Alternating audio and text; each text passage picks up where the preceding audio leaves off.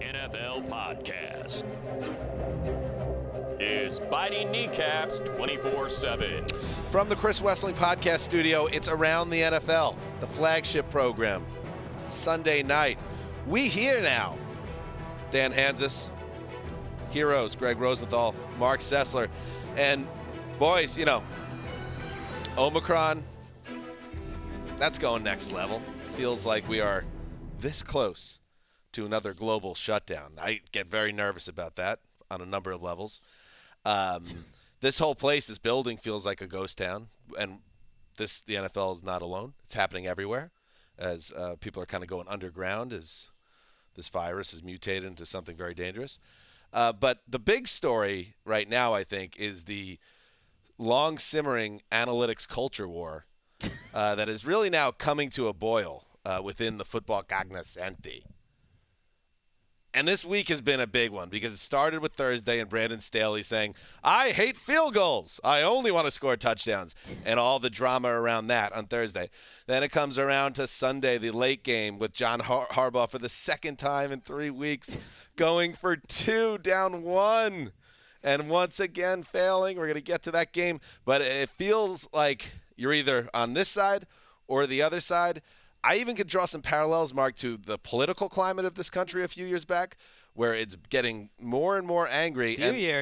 And I think what makes this even more fun, that we have Greg on one side of this battle, me and you maybe on the other, maybe you on the fence a little bit more, Mark, and that's going to cause some spicy tension in the studio all throughout the episode. I agree with you 100%. I think it's like I look at all the stuff that creates the decisions that are being made, and like it's the way that we played like Madden and Tecmo Bowl growing up, where you just never punted, you went for it, and like all of it lines up and makes sense, and the numbers, like there's reasons that analytics is blowing up. All of that agreed with.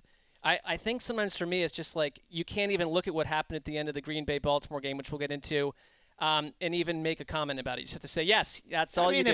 If you have a comment, make it. Don't be afraid. It's not afraid, Greg. It's because when the climate is as it is, it's like there's a group of smart people and a group of like lumbering oafs. If you in any way dunderheaded people that don't get it from yesteryear. But it's not that. It's just that I think it is a place where there could be debate, not about what is the more mathematically probable situation, but just other elements of it. Feel the game. I really we're at like the how game. Dan got us into this. It's like, hey, Omicron on fire this week, and you know what else is on fire? Analytics. But see, I'll get the tweets like, Sessler doesn't know what he's talking about. He's a dinosaur. It's like, I am telling you, I agree with all elements of analytics, but I'm just saying that you're not even allowed to have a discussion.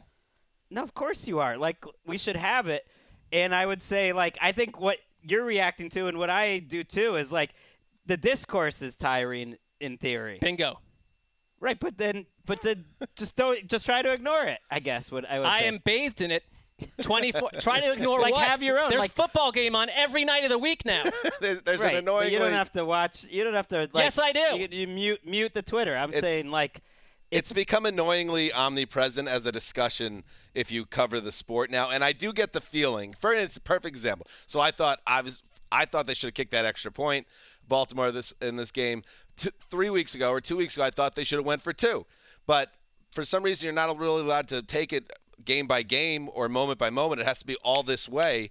I think always that's a straw go for man, it. Though. You keep saying like you're and not if you supposed don't, to. You can say whatever you want. If you can't back up whatever you want to say and like stand behind it, it's not a big deal. It's a football opinion. It's like any football opinion. I just feel like you get labeled. This feels different to me than just a football opinion. It does. You get labeled an SP to use Scientology parlance. You're a suppressive person that needs to be re-educated. But this decision, this is where I guess I would think you guys are off with this because. In this decision, I would say I know I'm off with this. I'm an SP. I need to be what I'm saying re-educated. is all the analytics people are going against each other because I like that. Numbers-wise, this decision was far from clear. The numbers would have said to kick it. It would not have said to go for it necessarily. Harbaugh was kind of doing what you're saying is he was feeling like the flow of the game, and he was looking at other factors that don't go into the number, and he was just saying like, I like Tyler Huntley right now. You know, I like going for it, even though the numbers would say I should kick it and trust my defense here. I don't really trust And it. not to get down that wormhole, but Yes. you are right. Why not? Because we haven't even, we'll get into that game, but they lost a 13.9 percentage of win probability, according to Next Gen Stats, not Next Gen Mark, when they went for the 2-point. And I think the last time they did it, his reasoning, because their secondary was shattered and it's still a mess, we get Okay. that, made sense. We'll get into the Let's game. get into it. Yeah. Do you see Mark and I as SPs? No, I don't Okay. even. I think it's straw man. It's a change is uncomfortable. You know what I'm looking No, forward but see, to? you're though? suggesting that change is uncomfortable to Mark and Dan, but Greg Right. is No. beyond the And curve. the other No, fools. I'm saying, like, think of the Bill Belichick decision. I go back to this a lot, going for it with the lead on 4th down against the Colts. That stopped football for weeks. Now, that was a unique game. It was a big game. Those sort of decisions now happen fairly routinely, and it doesn't really stop football. I think this last week and certainly this season has been kind of a watershed moment of guys going for 2. And whether that – I don't think there's going to be not everyone's going to be Harbaugh and Staley. They're getting the heat because they stand out. There's not that many coaches like them. But more and more, this is what football is going to be like more and more. And so the reaction's not going to be quite as much. It's just going to be part of it. I think kids growing up watching now, they're just going to get used to, like, that going for 2 is part of the game. And it's not just gonna going feel for as 2. weird. It's Yeah. the fourth down It's stuff. the 4th down stuff, Right, too. right. It's become the situation where I think, this is a copycat league also. And I think beyond just what their analytics departments are telling them, now all the, like, quote-unquote top coaches all are consistently going for it as well. So I think it's caused this chain reaction where everyone goes for it. Except for, Bill Belichick. I think how Belichick's a about great this? example because he is the most conservative coach in the league this year, and he plays to what his team is. In the past, we'll he's get to been that like game, as too. aggressive as ever. Trivia question. Yes. First 2-point conversion in NFL history. 1994. How did it happen? Kevin Mack running No. over the Mr. Conservative, Bill Belichick, shooting Tom Tupa, their punter, right into pay dirt. Ooh, like that. Maybe you're not an SP. I am not an SP. I enjoy debate from, whoever. Let's get Most into people, not everyone. all the games. And remember, it's not all the games of the week, not even close to it. We got 2 on Monday. We got 2 more on Tuesday, but we had 10 to dive into today and another one to go through from Saturday night. We'll get to that in just a few minutes. But let's start, with the game that we've already been arguing about. Hit it, Ricky. Green Bay's lead is 31-30. Can the Packers get one stop here on a 2-point conversion? Motion from a tight end to the wing of the left side. Huntley in the shotgun. Latavius Murray to his right. Snap to Huntley. Rolls right. Throws right side of the end zone. And it's incomplete. Incomplete. Right corner of the end zone in front of the pylon. And incomplete. The Packers are going to hang on and win this game. Yes, Wayne Larrabee with the call, WTMJ. John Harbaugh did it again. For the second time in 3 weeks, the Ravens scored a touchdown in the final seconds, then opted to try for the 2-point conversion for the win rather than the game-tying PAT. And for the second time in 3 weeks, Baltimore walked away with a stomach punch defeat.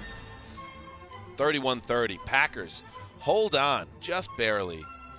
And, Mark, this is a game, Lamar Jackson out with a sprained ankle. It's the first game he's missed due to injury in his career. He's missed a couple games due to illness.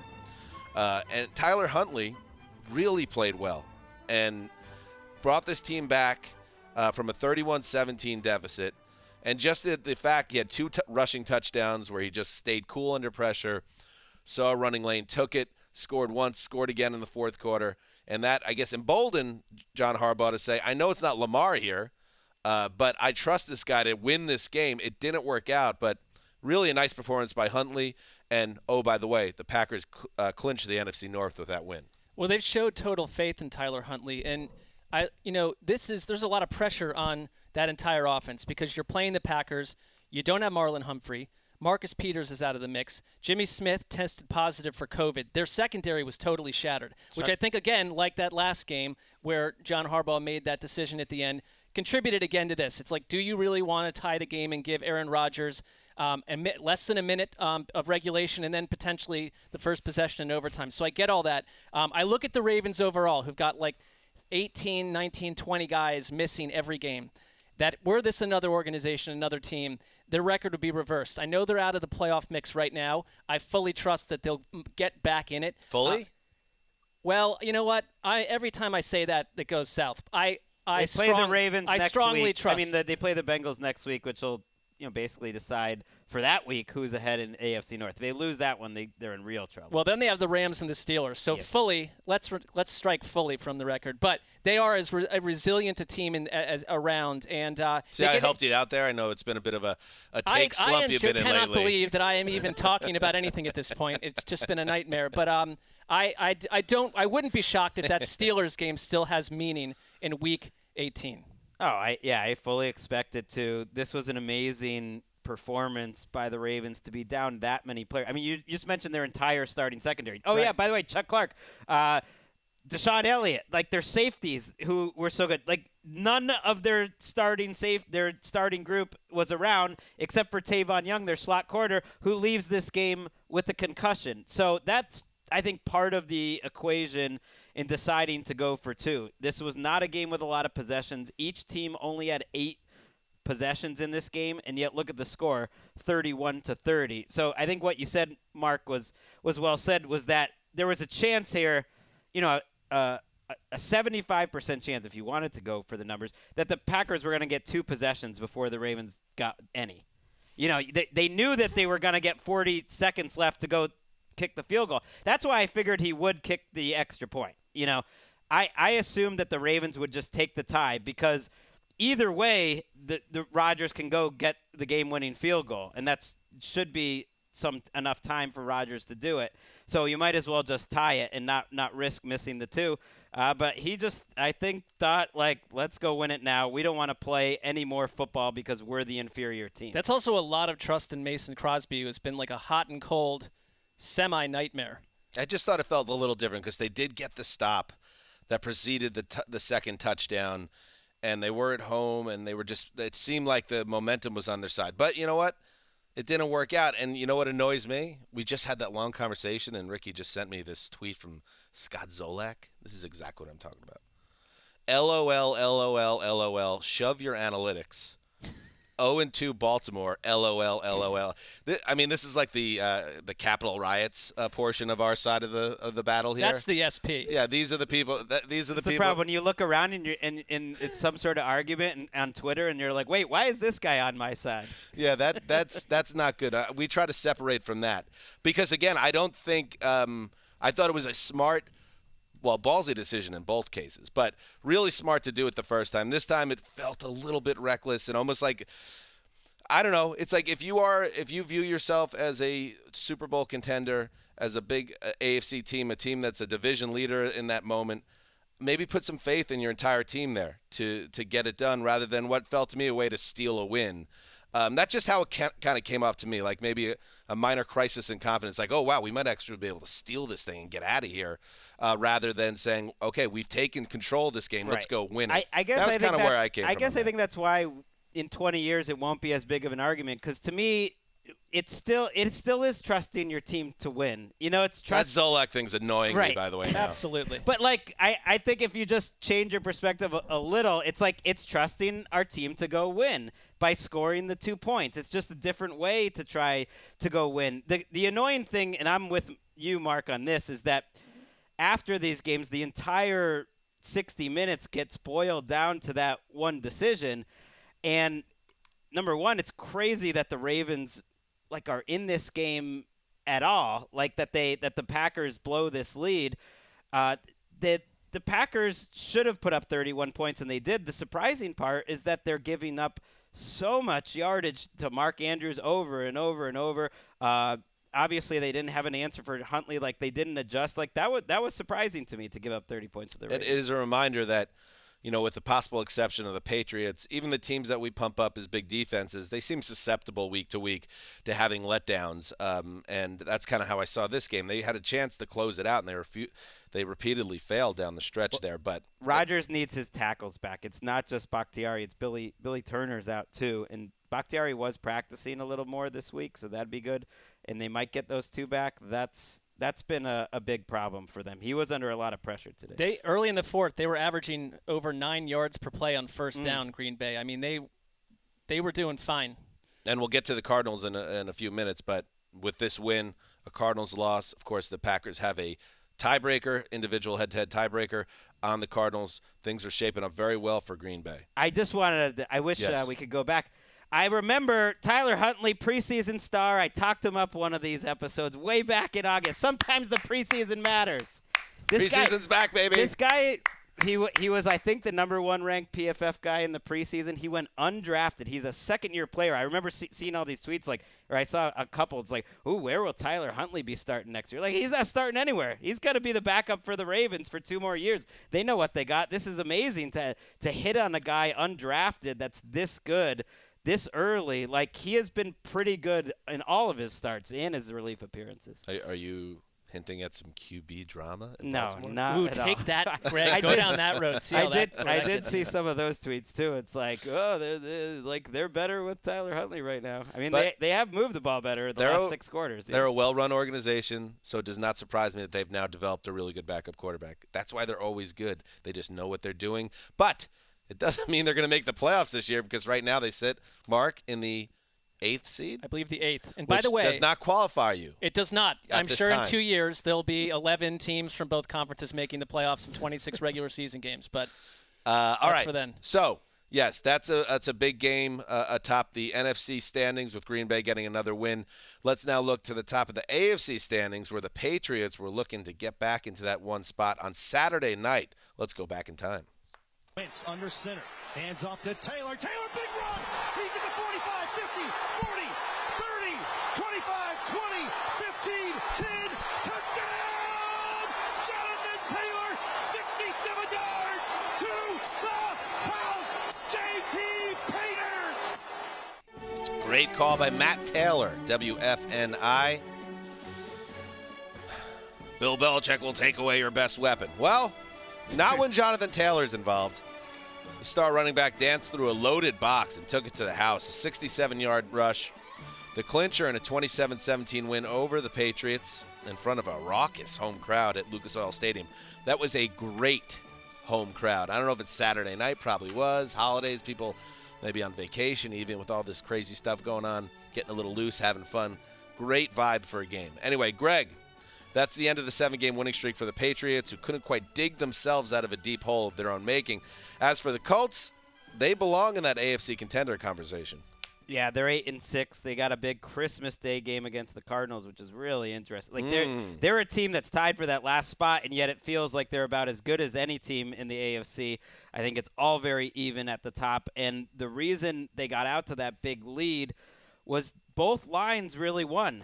I mean, especially the Colts defensive line, which is not something that we've talked a lot about this season. I thought in the first 20 minutes of the game, and that's basically when it was won, they were darting into the backfield and stopping runs. They were harassing Mac Jones, and they discombobulated and forced a lot of penalties from the Patriots offense, whereas the Colts offensive line on the flip side was very cohesive, pushed Patriots up front around. It's just a couple long drives, but that's sort of how the Patriots try to win. And when your team is based on like not making the big mistake and just playing smart, well, when you have a bunch of penalties, you lose the turnover battle 2-1, and you get a punt blocked, then you lose. Like the margin for error for like a team like the Patriots is a little bit smaller, and it was surprising to see both lines get handled early before they kind of settled down in the second half. Yeah, I mean, it harked back a little bit to some of the up and down play from New England before the win streak. And, you know, I think they both want to do the same things, these two teams. And, yes, you're right. Like, Bill Belichick wants to take away your best player, and he couldn't do it last night.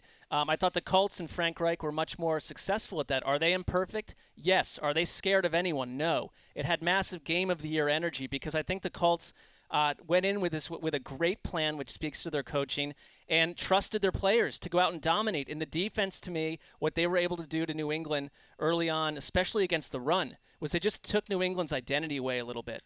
Yeah, I thought that was interesting. This is a 20-0 game after 3 quarters. I think New England did miss Damian Harris and the physicality he brings to their running attack. And it's a weird game because I came out of it actually feeling, as weird as it sounds, a little better about the Patriots and maybe a tiny bit worse about the Colts, if that makes sense. Because, like, with the Patriots, sure, they failed to execute They get a punt block. It's the third time this year. They give up a touchdown that way. I think it was Jamie Collins has a potential pick six go through his hands. You have Mac Jones who throws 2 picks, including one in the red zone. And yet they get off the mat. And so many, and I've seen this up close with my team so many times, when you have a rookie quarterback, when things kind of snowball against you for a couple of quarters or a couple really bad drives in a row, you just lose that guy for the game. And it's just like, it's a growing game for a rookie QB like Mac Jones. So for him to get off the mat and really thrive and get them back in the game, I was like, okay, he's already wearing big boy pants. And then on the Colts side of the ball, you cannot watch that game and see what happened with Carson Wentz when he throws that interception at the beginning of the fourth quarter. When it's 20-7, and then see how Frank Reich calls the rest of that game and not see it as a direct viewpoint that he doesn't trust his quarterback. He was not going to let Carson Wentz ruin this game for him, and that's something to keep an eye on because Wentz had a chance to really bury the Patriots, and after Reich saw that pick, he was like, no, man, I got to give it to Taylor no matter what. Well, the best version of the Colts is to get out the way they did. Let guys like Darius Leonard make plays. Let the line basically shut down anything else an opponent wants to do, and then ride Jonathan Taylor. I mean, they've gotten up big in these games. They did that against the Ravens and the Titans. They're kind of terrible when they have big leads, though. That is their MO. They turned the corner in this game from a Colts angle. I mean, but they got tight with their play calling. I thought when they had a chance to put it away, and you could kind of feel the tension building, and they went from 20-0 to 20-17, and giving it to Jonathan Taylor with a stacked box, and he just happened to make an amazing play. I think this game could have very easily swung all the way over to the Pats side. They got close. I mean, I guess they don't trust Wentz. I hear that, but I mean, Wentz has been sturdy in a lot of games. He completed 5 passes. And in all the games against good teams, they've had big leads, and they've blown them and lost in the other 3. This time they blow them, and Jonathan Taylor was incredible. The thing that impressed me was before that big run, the first 2 runs of that drive are up the middle for a first down. The Patriots know the run is coming, and even in the fourth quarter, I think with 9 minutes left, they got 2 first downs by not being aggressive. So that was impressive by the offensive line. But on that game-winning play, Donta Hightower and Devin McCourty are in the hole unblocked. Mm-hmm. It's not even the offensive line. It's just Jonathan Taylor being awesome. And I'm with you. I thought, Dan, that was – you don't want to lose, but that was a good experience for Mac Jones and the offense, I think, to be put in that position and respond the way and that they did. And the defense, for that matter, because the defense, after the first quarter, held up terrific. They were put in some terrible spots until that one play, basically. They had shut them down. Quick aside for the media side of things, I think Greg Olsen is coming for Tony Romo, coming hard. He's closing fast. I thought it was very interesting the way he explained how Jonathan Taylor makes guys miss in the hole, that he actually sets guys up in ways that makes him think he's going one way. And it's just like he's playing the game at a higher level than most running backs. I thought that was really interesting, and that's, I'm sure, a skill he used to get away from those 2 defenders there.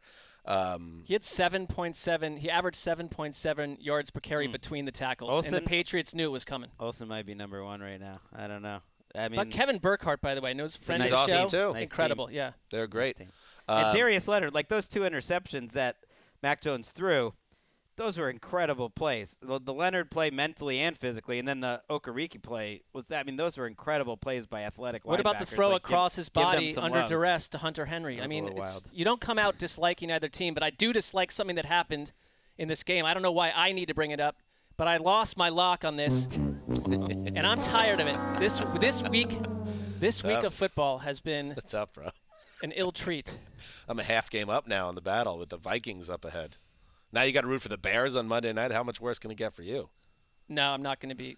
I'm just going to sit back and watch, let life unfold. I thought you meant like Carson Wentz had 5 completions in the fourth quarter or the second half. The I didn't realize he was 5 for 12. Right. Wait, why isn't Frank Reich a genius for like putting his quarterback and putting him on ice and giving it to his running back 30 times? Come on, that's not the same thing, and you know it. Right, and not for nothing. we talk a lot about fourth downs this week, and you didn't hear a lot of like, holy cow, Frank Reich blew the game because all those fourth downs he went for, including in his own end with the lead. Oh, wait, that's because he went 3 for 3, and they won this game partly because he was aggressive on fourth downs late in this game. Well, you got to give Wentz the credit for those QB sneaks then, because I think the Patriots knew the second two were coming. Well, that dude is a tough MFer. He's a great QB sneaker. We got to move, but like speaking of being very confident and being aggressive, I can't believe Bill kicked that field goal. Oh yeah, that was bad. Should have went for that. See, this isn't like Team Zolak over here. Not at all. I'm with you 100%. You go for it there. Right. It's that put him in a really bad spot. Yeah, it was really strange. I think he thought the flow of the game, he trusted his defense too much. It's strange because in the past, Belichick's been one of the most aggressive guys going for it. Right. But he's clearly coached differently this year with this quarterback and defense. And it was 4th and goal at Indy's 7-yard line, and it was you need touchdowns. It was 20-7, and he opts for the field goal. He makes it 20-10, but then Indy has a 5-minute drive that's fruitless. They punt it, but by the time New England gets it back, they're down by 10 with only 3:48 to go. So it didn't work. They needed a 3-and-out basically. We're separatists. We're not SPs because I think we don't exist in this box where no matter what, I'm a robot that says you must do everything aggressively. Or do I live in 1978? Okay, perhaps we're moderates. We're moderates. But this is what I'm saying. I like that move by Belichick at all. I feel like I'm a moderate too. Then by that, I don't think there's that many people in either camp. There are the Zolaks, and there are a couple of he's at the Capitol. Right. There's a couple of members of football Twitter. Who are like no context analytics guys. But I actually think most of the people who are kind of pro analytics are all about context, and the situation depends. Are you reaching over from the other side of the aisle? I am. I want us to be a better We're country. in the aisle. How about a Roman handshake? Pop, pop, pop, pop. We're in this together. All right, let's move back to Sunday. Oh, this is annoying for you, Mark. And a little bit for everyone. All right, let's take a break, and then we will continue on the Sunday slate. 4th down and 7. He gets the snap. He's back. He throws a pass, and it's pulled in, and that's going to be a tackle. Is it short of that lead stick? No way. No, he didn't make that first down marker. Well, let's answer the question, Bradley Rogers. Is there space between the nose of the ball and the lead stick? No! Ball over on downs! Bill Hillgrove and Craig Wolfley with the call for WDVE.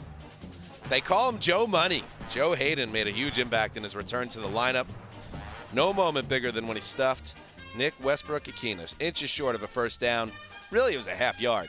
It was a very nice spot there for Tennessee to even make it close, but either way, he was short of a first down at the Pittsburgh 10 in the final seconds, sealing a 19-13 win. Keeps the Steelers alive, very much so, or perhaps undead, to put it a different way, in the AFC playoff picture. Man, Pittsburgh, it's not pretty. It never is with them this season, but they do have a survivalist mentality, and their defense on a day where the offense managed 168 yards total. The defense really stepped up, forcing 4 turnovers, 3 on consecutive Tennessee possessions in the second half. And that's just 10 days after they got whipped by the Vikings. And, so basically it was the defense and Chris Boswell being like under the radar, one of the very best kickers in the league, kicking 4 field goals in December in Pittsburgh. And that allowed the Steelers their second win over a division leader in 3 weeks. So, listen, let's hear from Big Ben, by the way, just like where he's at, where the Steelers are at, and then we'll open up the conversation. I think we still have a pulse in this thing, so we'll see where it goes from here.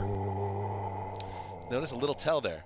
I think we still have a pulse. He's now winking. This is the zombie Steelers. And, Mark, they're not going to die. I know you wanted them dead, but it's not happening. I didn't expect them to die this week necessarily. I thought one thing about the Titans. If you got last week's version of the Titans, and I know they played a floating, wandering opponent in the Jaguars, but from their angle with a cobbled-together offense. All right, Ben. I mean, I'm trying here. Like they didn't turn the ball. They didn't give the ball away. They had 3 lost fumbles in an interception today, and this game was always going to be close. I was surprised that the Steelers were not favored in this. Looking at the personnel on Tennessee's offense, they were eventually by game time they were slight favorites for. I'm not stunned to see the Steelers. This is sort of what they are, and I think they'll probably go like 8-1, like I've been hoping. But you've got to get 2 wins out of 4. Here's the thing.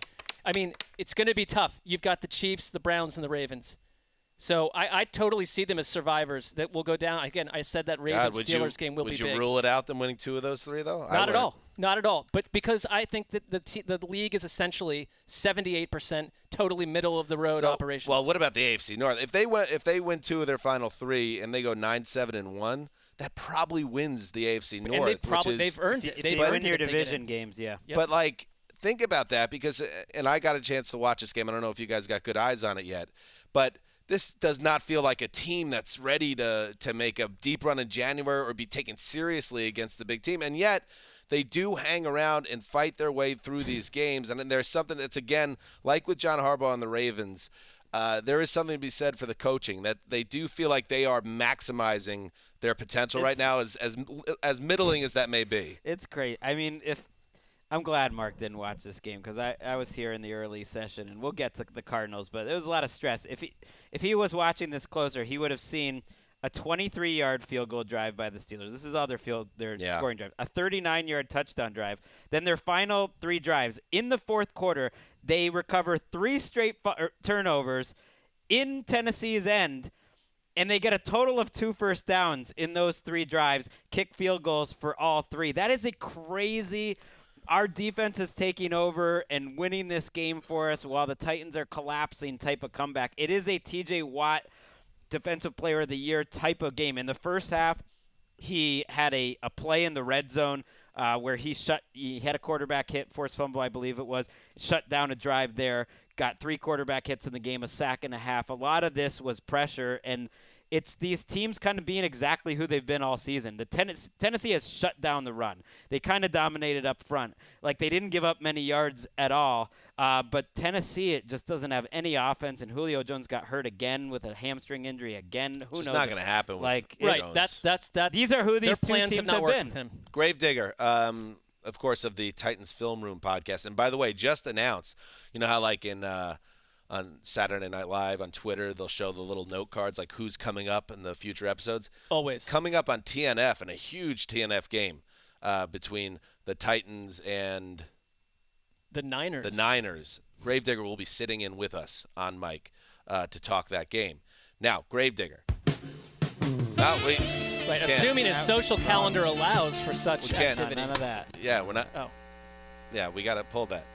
He respectfully made the request to stop talking about his private life because he's got something simmering. He's got something on the burner, and we have said, absolutely, respect you as a friend and as a colleague. So we will not ask you about what's going on with that married woman. But what we will ask you about is how concerned you are at this stage. That was a tough second half, and if the story is overblown or is over talked about as it is now, is like Ryan Tannehill's on an island and he's not good enough to make a difference. Man, it really does check out when you watch these games. It's crazy. They had a 10-play span on offense where they turned it over 3 times. Oh! That's unbelievable. And they did this in the 2 games against Houston and New England, the 2 games before the Jacksonville game, where they just kept turning the ball over. And 9 of them. Yes, 9 in 2 games. And it was like, is this a fluke? Kind of like this. Nobody can turn the ball over this much, but is it because all the offensive players, skill players are hurt? And now that it's happened 3 times in 4 games, it's like, yes, I'm starting to think A.J. Brown is maybe, like, not just more valuable, but, like, way more valuable to this offense than Derrick Henry even is. Because they ran for 200 yards. They did that against the Patriots, too. They ran the ball well a week ago. They've run it fairly well, even without Henry, and yet, oh, my gosh. Their pass coverage seems to be getting more problematic by the week. But, I mean, 168 yards Pittsburgh had in this game. The Steelers had 20. Pass protection for Tennessee. I'm saying that Ryan Tannehill took serious abuse a week ago, and the sacks are piling up, and it's just like it's not. It's why I don't take them seriously. I mean, they could win a playoff game because they're well coached and things can happen. but you're not going to win 3 with that offensive Aaron line Brewer in that pass protection. Aaron Brewer's the backup guard. He's kind of a swing guard, and he got worked in Roger Saffold's absence.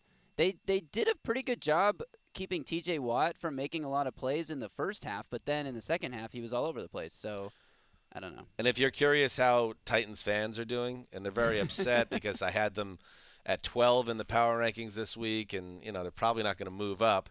One such user tweeted at me after the game, "I hope you have the decency when you do your rankings to understand that this is not the Titans team. Henry will be back. AJ back next week." All caps now. "Please do not put Colts ahead of them. That would be. Why does it matter to them so much? I mean, it's good for you. That would be unknowledgeable. Stop doing these rankings as with bias. Be a pro."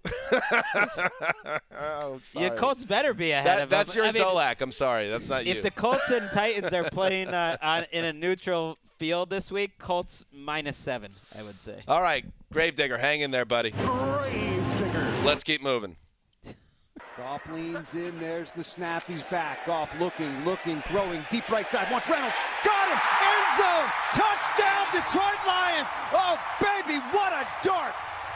Goff to Reynolds, who got the inside position on Byron Murphy, and the Lions have found the end zone again.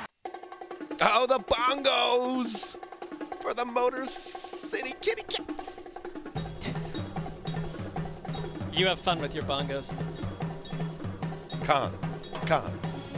You still like this Lions team, Mark, like a week ago. Situationally. And what a voice on Dan Miller. It is good to be hearing him with some regularity on the show. He's just good. WXYT with the call. Jared Goff is Cliff Kingsbury's kryptonite, the punching bag QB. Let's face it, that's what he's become in the last couple of years. Lit up the Cardinals secondary for 3 touchdowns, including that 22-yard strike to Josh Reynolds. The Lions cruise to a 30-12 win over the Cardinals at Ford Field. Mark, your Cardinals had been unbeaten on the road. Your Cardinals had looked like the most balanced team in football. Your Cardinals are suddenly in some trouble here. Yeah, I think so. I mean, it raises some of the more esoteric questions that we had about teams like the Rams when they went through a rough patch. It's like, oh, the Cardinals in primetime games, the lights are too bright. In playoff clinching scenarios under Cliff Kingsbury, they're 0 for 4 at this point. This looked like one of those games where a good team gets on an airplane, travels somewhere, and you can tell within 8 or 9 minutes this ain't happening for them. And sometimes you jump the gun with that feeling, but this never got into questionable territory. And we can get into the Cardinals part, but huge credit to Dan Campbell and the Lions. I mean, this was a team that going in did not have DeAndre Swift.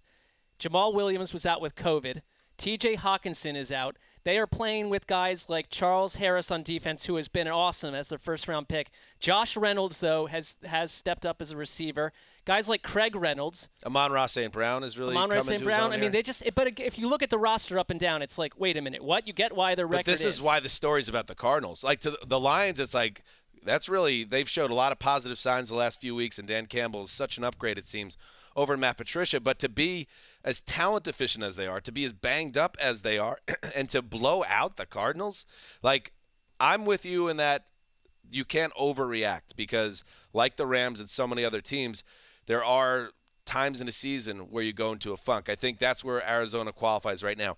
I will say I am concerned about this Cardinals season without DeAndre Hopkins because he has now gone at least till the NFC title game if they got that far. That was a report that came out today. So he's not coming back. Is this a situation where their offense is going to just struggle to score points because they did the last 2 weeks? I want to see more because I feel like all these teams get this so-called mulligan scenario. Maybe that's what this was, but I totally agree with you that DeAndre Hopkins, that his absence matters. They did not have Rodney Hudson. I think that was a factor today. Kyler Murray just missed throws. They seem completely out of sync. They opened with 3 straight punts. They basically at one point had a 4th down pass knocked down. It was in the red zone. It was the Lions' first red zone stop all season. There was a terrible Murray interception where he was out of sync with a miscommunication scenario with A.J. Green, which has happened a couple times this year. They did not seem to me like the well-oiled machine. It was really the defense, too, that got beaten up in this. I mean, Craig Reynolds, who is from the wilderness, undrafted back, and looks great 2 weeks in a row, ran through them. They dominated time of possession when it mattered early on, and they tired out Arizona by the end. So, yeah, I think it's fair to be like, whenever a team that we're talking about as the best team in football gets conked out this way, that's not good. It's not good. I mean, the Lions, though, are not the record. I think that they tied the Steelers, they beat the Vikings, and they're getting better each week. That's why I wanted to start with them, because it's like they can get lost in the what's the problem with Arizona. They made a problem for Arizona today, too. No, that's a fair point. I feel like they're more of a 4 or 5 win team. You certainly would rather see the Giants on their schedule than them or many other teams with better records.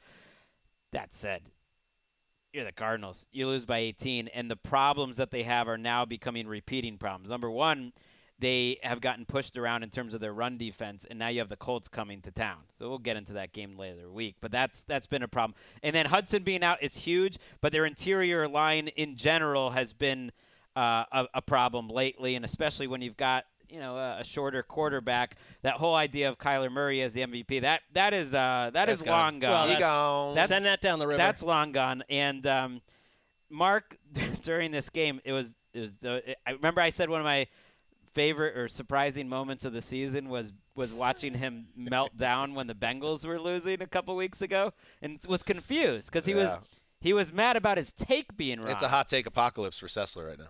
Which it's is been strange, a terrible week. Which is strange because if we would all be having apocalypses if I could even remember what my hot takes were.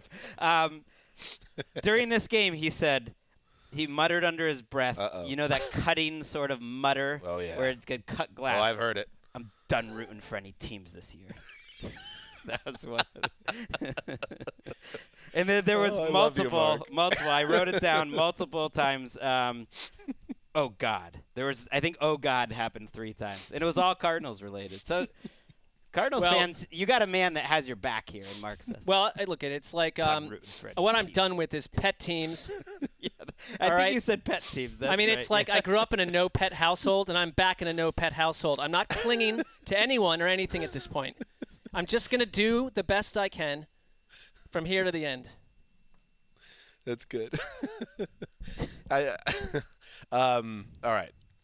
Well, we should say the Cardinals started 7-0, and now they've lost 4 of 7. And I know Patrick Claybon, one of our favorites, and a honorary hero.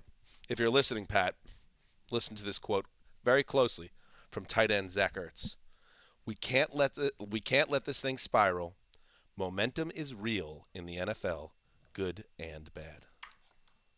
It's coming from an NFL player. Hey, from a champion. It's 3rd and 12 from the Panthers' 20-yard line. Snap. Allen takes a look, looks for Diggs. Now changes his direction, fires straight down the middle. It is caught in the end zone. Touchdown, Buffalo. Gabriel Davis, touchdown, Bills. A 20-yard strike from Josh Allen. John Murphy, WGR with the call. The copy here, John Murphy, Eric Wood. Eric Wood, I assume, the color guy. He is, but former center. Yes. I thought for a second the man's name was John Murphy, Eric Wood. That'd be a good one. A lot of names, but it kind of all rolls off the tongue nicely. These people with multiple middle names. JMEW. Settle down, please, with yourself. Anyway, that was just JM. I call him Murph. Josh Allen threw 3 touchdown passes, including that hookup with Gabe Davis in the 3rd quarter. And the Bills snapped a 2-game skid with a 31-14 win over the moribund Carolina Panthers. The win, combined with a New England loss, moves Buffalo back within a game of the AFC East lead with a massive Week 16 showdown on the horizon, and we'll get to that. But, Greg, we trusted Buffalo to handle Carolina and its broken offense, but how did the Brian Daboll attack look here? They looked like they were working on the running game. It was almost like, okay, we get an early lead. Let's see what we can do by giving Devin Singletary 22 carries. And it was okay. It was fine. Like, this was a game that he went 22 for 86 and a touchdown, so that's different than normal. But almost every other aspect of this game. That's gorgeous for this offense. Right. That's a fair point. And they moved the ball when they absolutely needed to. It was a little closer, I think, than the score indicated. The yards per play were pretty close throughout. It was a 10-point game, and the Panthers had the ball in the 4th quarter. Like, it wasn't too crazy. But almost everything that you would expect to happen in this game, happened. It was Cam Newton. poor man's Josh Allen now. When Josh Allen came into the league, I called him the poor man's Cam Newton. Full circle. Time is a flat circle. And they really are similar, I think. But Josh Allen is so much better, obviously, now at throwing and running, I would say, but especially at throwing. And he is approaching or passing as good as Cam Newton ever was in terms of just throwing the ball and making plays on his own. That Josh Allen did enough, and you got out of here with a pretty comfortable. A little bit deflating if you're a Panthers fan, I imagine, because when Cam came back and all the excitement around that, and it felt like he was going to kind of revitalize the whole operation, and then kind of reality sets in. That Cam that you fell in love with, that one MVP, he's gone. And the guy that's here parachuted into a very difficult situation, not his playbook, doesn't have the same skill set. And I guess every time I saw highlights on Twitter, it was something like, oh, man, the Panthers offense is terrible. I saw so many of those things. They ran today. I mean, like Cam, like he's been okay for fantasy. He has more rushing touchdowns this year than like Alvin Kamara and Aaron Jones. Like he has a rushing touchdown every week. He goes 15 for 71, but their passing game is terrible. They passed it 42 times for a net of 124 yards. Oof. I mean, it's funny because Rule came in and he said, we're just going to run like crazy. They actually ran for 151. They were down 2 scores for much of this game, so it was tough to stay committed to the running game. But they were pretty good at running, and they hit Josh Allen a lot. That is my number one concern with the Buffalo Bills. It is not their defense, and it is not their running game. It is just their offensive line in general, because when you combine a lack of a running game with not being able to protect Allen, that's problematic, and he had to really earn his 2-10-3 today. He was hit a lot of times by this Panthers team. They've got the Pats up next. Every time I watch the Panthers, I feel like Matt Rule, his face on the sideline is getting more and more agitated with the concept of life. That is just not. This star has fallen so far at this point that the Cam is back stuff from a couple weeks ago feels like a strange dream from early autumn. It's going to be interesting and a lot of fun to watch the Bills and Pats rematch. I feel like that's. I think for you, the best thing that could happen for you in the world would be the Bills to drop a bomb on New England, and it would confirm kind of everything that you have been trumpeting about the Patriots of late. I am not. Did you hear my analysis of their performance on Saturday night? I came away impressed by them. I wasn't dancing on their grave. I think it's a next level in this psych warfare that we have going on to use that space where they lost to praise them. Well, if that counts, that's a Belichick move too. Praise them when you lose and hard on them when they win. That's the that's Belichick interesting. move. I just wish that my favorite team isn't losers of 25 of 30 since week 1 last year. So if I could find something to root for and be happy, okay, I guess it's rooting against the Patriots. But I just want to see how the Bills react now 3 weeks after the events of that Monday. Because how much do you take from this game? I think I don't know. I got to see the offense, how it looked, but it doesn't seem like it was locked and loaded again. So no, it was fine. It was what you expected. I didn't change my view in either way. It also was very much a veteran team taking care of business, as that's what we asked for. This Bills game, though, next week, we said it, how the division's not over. Patriots lose. Bills win this week. Now they're only one back. If the Bills could win next time out, they get 4-2 in the division. Then it comes down to like the Patriots having to beat Miami and getting the other tiebreaker. And I'm not at this point. I think the Patriots would have the edge, but it gives the Bills a real chance to win the division. Well, the Bills would have the Falcons and Jets to close the season, so that is a dangerous matchup. There you go, Ricky. By the way, I just want to circle back. We had the lock of the Patriots that didn't work out for Mark, but you had locked against the Patriots. But do you get the lock sound or do you get the sad horn? No, because I locked the Colts, technically. Right, so but didn't we, standings-wise, weren't we thinking that when you do the reverse lock, you should get credit for losing but be penalized for winning? Yeah, I don't know where we you took the L, I think, ultimately. I definitely did. And the listeners were great letting me know on Twitter that I lost that I lost my streak. What do you think? What's our official ruling? Is she getting credit for wins or losses? It's very convoluted now, it is. Especially now. I think had the streak continued, we'd be onto something.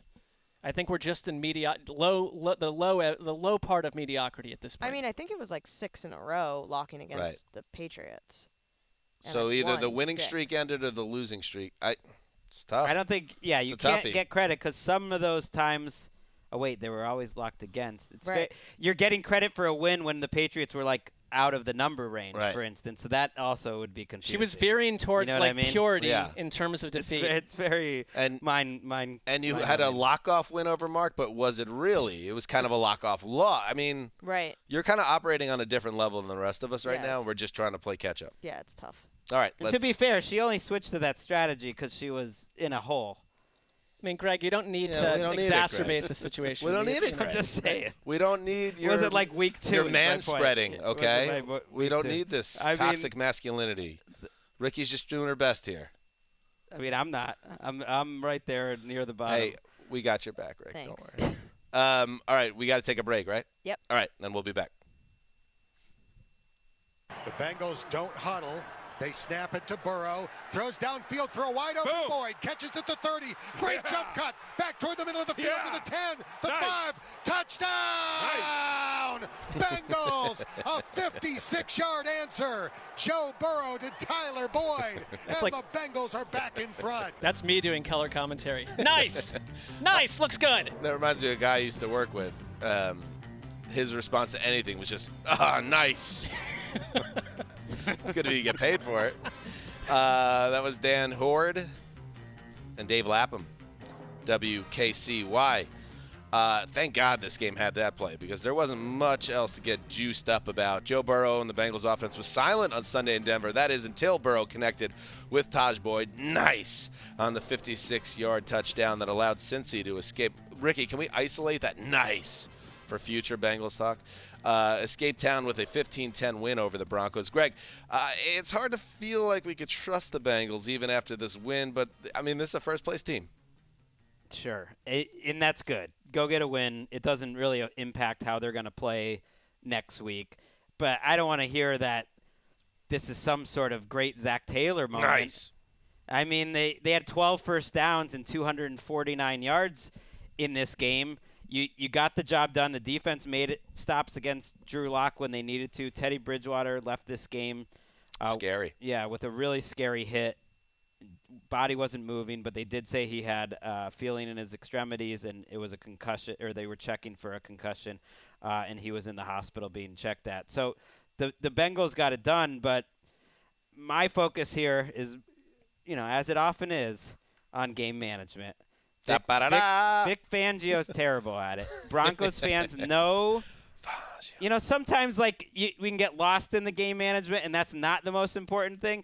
And in this game where so little happened, give Joe Burrow credit. Makes a nice 3rd and 10 play on their last offensive drive under pressure, getting hit to Tyler Boyd. Great job. Kept that drive going. He made a couple clutch plays. Okay. Fangio blew 6 points. A 6-point swing at the end of the first half, and then totally mismanaged the clock. Not that Drew Lock was probably going to do it at the end, but they could have had 2 minutes for Drew Lock at the end of the game, and instead he just wasted 40 seconds. And in the sequence at the end of the first half where he ended up allowing the Bengals to get 3 points instead of being aggressive and getting the 3 points. I could really break it down play by play if you guys want, but I don't think you want to hear it. It's just annoying. I like knowing that you could if you wanted to. That shows me that you're locked in on this game. And they were they were setting up. He's doing it. Okay, they were setting up for a long field goal at the end of the first half. They were not trying to move the ball down the field. A guy goes out of bounds with 17 seconds. For some reason, Fangio takes a timeout even though the guy was out of bounds. And instead of doing whatever they could, which they easily could have, it was a 3rd and 1 to make sure if you were going to be conservative to bleed the clock out, that they throw a pass, they don't get it, they end up kicking a long field goal. Then they play this terrible, way too safe defensive coverage, which just let Joe Burrow get 20 yards to kick their own field goal. That was a 6-point swing, and the whole drive leading up to that was mismanaged, and me and Broncos Twitter were first guessing as it was happening. So that's like a little 6-point swing in such a close game. And then at the end, he took this timeout before the 2-minute warning where if you are a guy who plays Madden or whatever, you just knew that Fangio or a girl wasted or 40 seconds. He could have had 40 seconds more. And the Broncos, if you're going to be a defensive team, I've been ranting too long, but if you're going to be a defensive team is trying to play in these types of games, and I think Fangio finally has the defense he wants playing, then you got to be able to win on the margins like that. And he's terrible at that Here's stuff. my question, because we're nearing the end of year 3 with Vic Fangio, and I think we get what he brings defensively, and he's unique and on that front. I mean, Brandon Staley loves him for multiple reasons. Why isn't there someone else? I'm wondering, just is there someone in the ear of Fangio or in general saying, this is not your skill set, we'll take over these decisions? Why is Fangio making these decisions when he's been proven to be an utterly subpar game manager?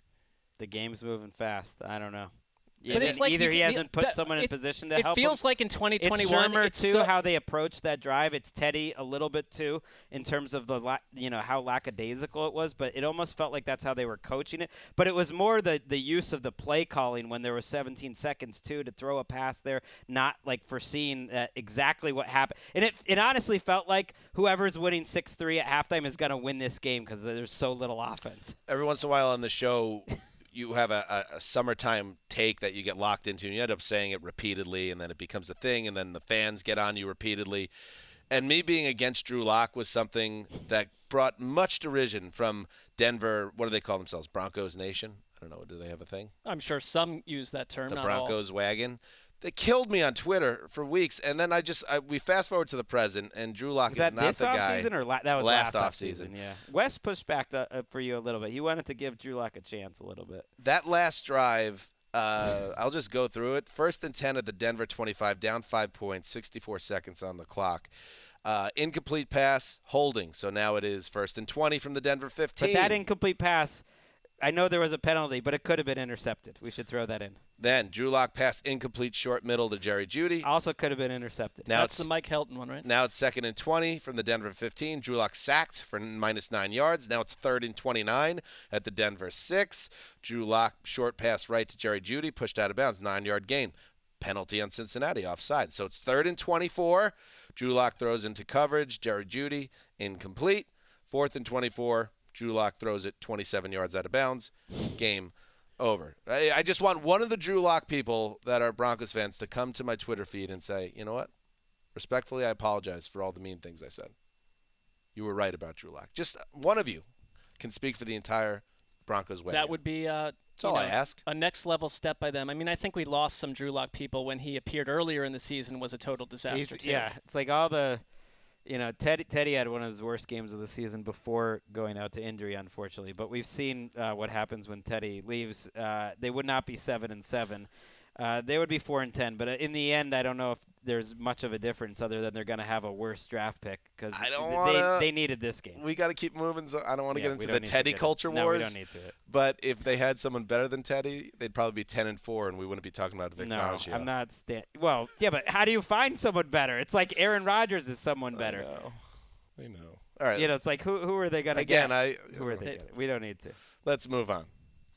Empty backfield. Tua. Slant pattern. Parker. Touchdown. 1-on-1. Devontae Parker on a post pattern. Gets inside for the touchdown. That was Jimmy Cephalo, WQAM. Devontae Parker caught an 11-yard touchdown pass from Tua Tagovailoa with 3:37 to play. The Dolphins extend their winning streak to 6 games by topping the Jets 31-24 at Hard Rock. Duke Johnson, that's your boy, Mark. He ran for 107 yards and not really 2 touchdowns. And the defense held the Jets to 3 first downs in the second half. That's good. Kind of my boy. As Miami continued to feast on its ridiculously soft schedule. Weird game. Tua was miserable at the onset. It was like him and Zach Wilson had been in some type of body switch comedy. He threw an interception. He threw another couple balls up for grabs. He had a fumble, and the Jets weren't able to really push it, take it to him, but they were up 10-0, the Jets, in this game. And they had a lead for the first time at halftime. But Tua got things back on track. Dolphins took control of the game, both in the trenches and with Tua making some nice passes downfield. They get the game under control. They go from down 17-7 to up 24-17, and then Tua makes another terrible mistake, throws a pick 6 that ties the game up, and yet you never felt in the fourth quarter, even 24-24, that the Dolphins were in any real danger because the Jets' offense, after a promising start, completely went to bed. Miami's defense took complete control of the game. And to Tua's credit, in an up-and-down day, he did lead them down the field for that go-ahead score. Cut to 4th and 10 for the Jets on the last possession of the game. and Zach Wilson throws a 9-yard pass short of the sticks, and that's how it ends. So Dolphins become the second team in NFL history to get to 7-7 after starting at 1-7. Wow. And we will see if this ends with a playoff berth, but I guess I still want to see it against some real competition, but they deserve a ton of credit because that's not an easy thing to do. What happened with the Jets? This happened twice now in the last 3 weeks where Zach Wilson, everyone is loving what he did in the first half. Like, they come out pretty fast, but then I saw 54 yards, only 3 first downs in the second half. It seems like a trend with him that he has put together, like, half games. Like, you look at the numbers, they're not terrible in this game, but then it didn't stay. The first couple of drives, he was on target. He was going through his progressions. And then I have to say the offensive line got completely destroyed in the last, I'd say, 2.5 quarters of the game and put him in a bad spot. He was running for his life a lot. So I don't know how much to put on Wilson, but I will say that it might be a coaching situation. I thought Mike LaFleur had a really – It's not him. I thought Mike LaFleur had a really interesting, fun first half where it was like a kitchen sink thing where he had all these trick plays he was emptying out, and some of them were working. And then a switch got flipped for the Dolphins and Brian Flores with that defense, and they just absolutely dominated from that point. So, I can't really make sense of it other than to say that I think LaFleur had a good game plan early but wasn't able to adjust once Miami did. Miami's in the wrong conference because you win 6 straight games in the NFC. It's like punch my playoff ticket. But despite winning all these games, they're still only 11th. In the conference, and yes, they're only 1 game back, and they can certainly make it if they win out. But that's probably what it'll take, and they're at New Orleans, not a gimme, at Tennessee and New England. So you've been waiting, Dan, to kind of see them against better teams. I think like their pass rush is something that will travel. It's legit. It took a little while to get going, but the coaching and the players combined, like week after week, they are just mauling people up front. But I'm curious, as you are, to see how Tua and the offense, who didn't have Jalen Waddle today, will look against some better defenses, and they're about to play pretty good defense. I mean, they gave up 55 points over 5 games before coming into this, and I know that the schedule is what it is, but their defense was legitimate last year under Brian Flores. It is again.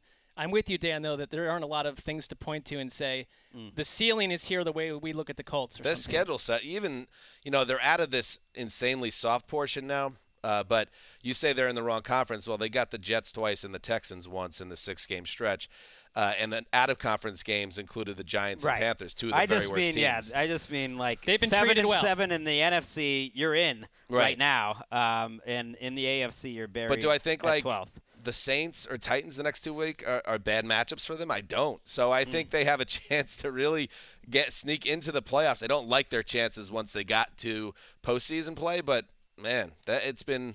Why was Duke Johnson, by the way, on the street? 23 for 147. This guy can always play on third downs. I'm not saying he's like the best player ever, but like receptions from running back since he's entered the league, he's in like the top 3 players in the NFL. There must be something else going on. He's always had those numbers that that project him to be more than he is. Frankly, that's all. Well, I just think just to be a guy. He does live in this. I saw live in the same, I believe, like a apartment complex type of thing as Tua Tagovailoa, which gets to one of my favorite Adam Levitan theories, which is like the neighbor theory. He does little things. He has like the shower narrative. Like if guys showered together in college, they always have nice big fantasy numbers together. But also the neighbor. Nice big fantasies. Yeah, the neighbor narrative. If like because Tua was saying how they see each other, kind of like going out to get water, pick up the mail. That. I'd like to hear more from Adam Levitan on his various theories. That's intriguing to me.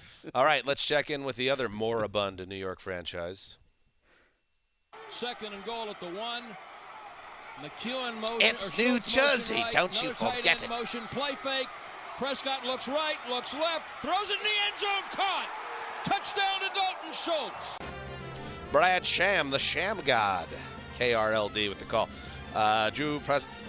Dak Prescott threw just 1 touchdown pass, that going to Dalton Schultz.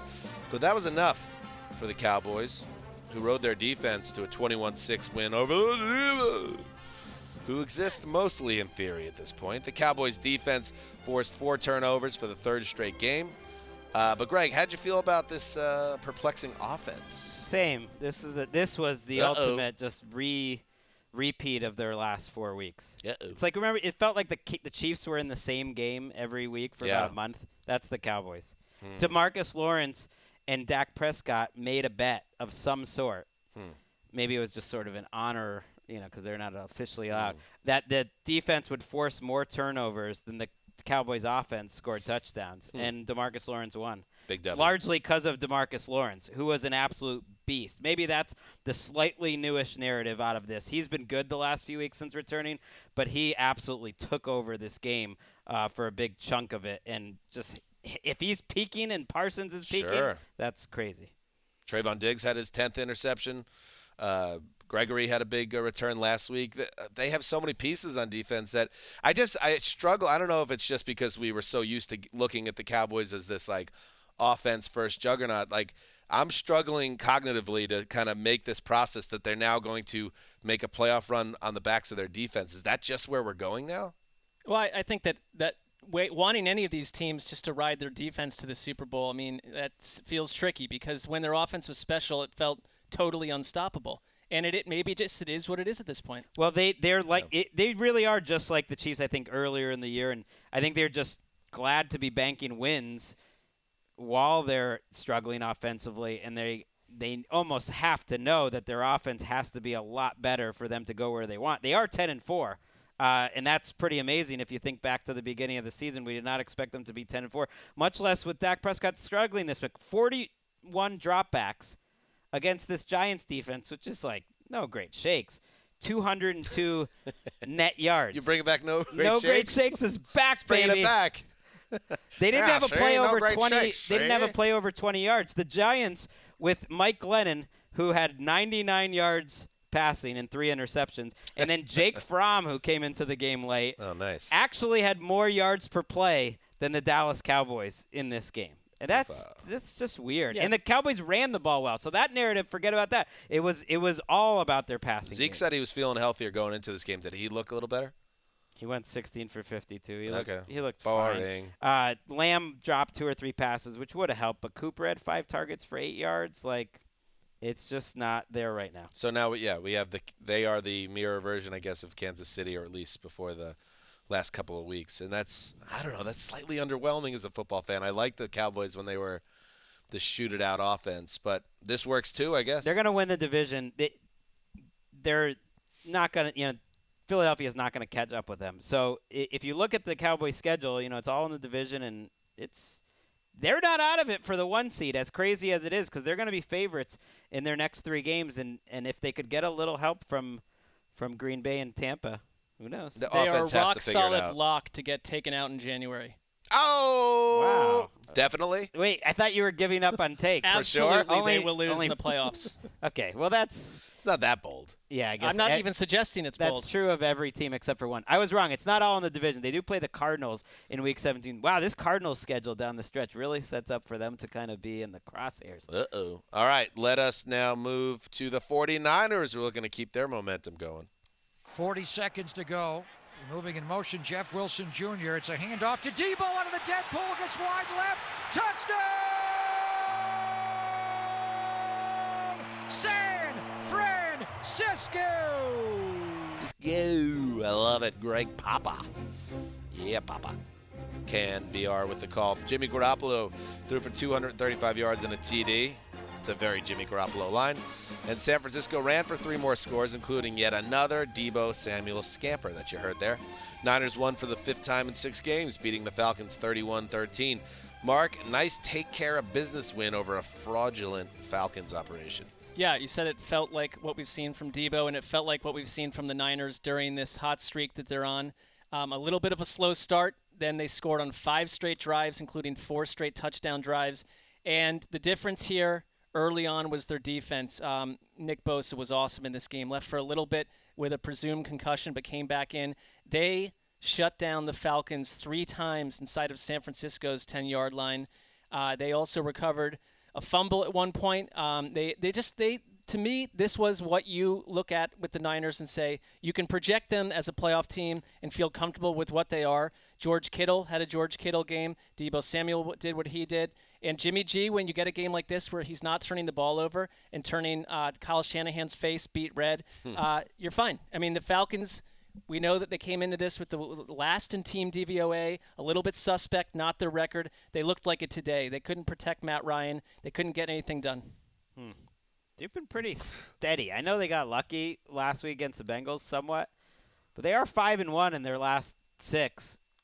With some pretty good wins in there. Rams, Bengals.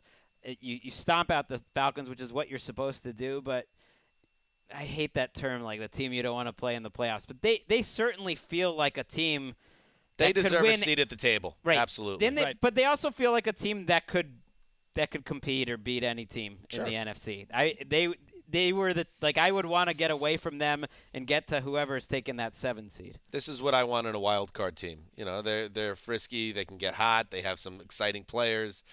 Make that first weekend as fun as possible. Mark, because I have a bye in my fantasy playoffs, I didn't have to struggle through a Falcons game looking at Kyle Pitts as an inevitable march to 4 for 38. Where did he finish this week? 4 for 77. Ooh, 77? Yeah. You had a big play, like a 50-yarder or so. Okay. No Yeah. touchdown, though. No touchdown. I think I he was has one monitoring touchdown this. this for year. you. Debo is back at wide receiver, 4 for 60 as a That's wideout. good. He Mark looked good. Mark called for that, He and looked good. rightfully so on Friday on the broadcast on Saturday. Which, by the way, the Around the NFL broadcast, there's some pop going on right now. There's some heat, both behind the scenes and in the Twitterverse. People are into the show. They love the rebranding of it. They think that it's really it's captured the spirit of the podcast, hasn't it, Greg? I think it's captured the spirit of America. At this time when Omicron is just going across the country, Omicron, huh? people are wondering where can they turn to. Well, they know on Saturday mornings at 4 a.m. Pacific. Check us out. We're there for you We will be there for you. Probably. at that time. We are here for you guys. They might take us out of the studio. No, they've been good shows. They've been But fun. we will be They're different than the coming podcast, to but you. they're like the podcast. Yes. Somehow at the same time. Check it out, yes, every Saturday, and you could also check it out on Game Pass. And Ricky, right, people have access to it on YouTube as well?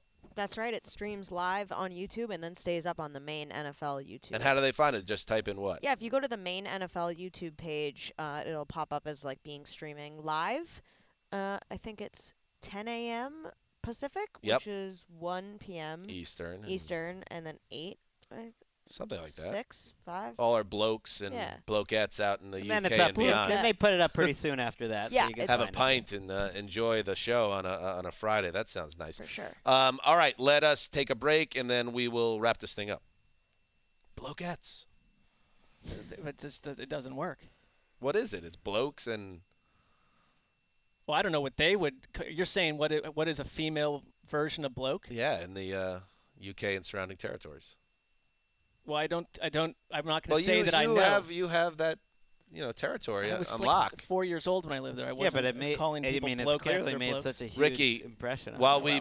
we dig into this awesome Houston Jacks game, if you or Gravedigger could find the female expression for bloke over there, that would be great. Maybe a bird. Is it like a? I'm not saying that that's like what a you sh- Brenda I'm not or saying that- something. No, that's Ooh, Australian. Sheila, you're thinking Sheila. of for Australia. I think Sheila. Bird would be it. It is Sheila, actually. But that's think that's also more British. I thought that would be Australian. Down the old brick or road. a lass. Alas, North England. I don't know Sounds what Irish. maybe these are All right, out let's- of touch. Who knows? All right, let's hit the game that everybody's been waiting for. 3rd down and 9.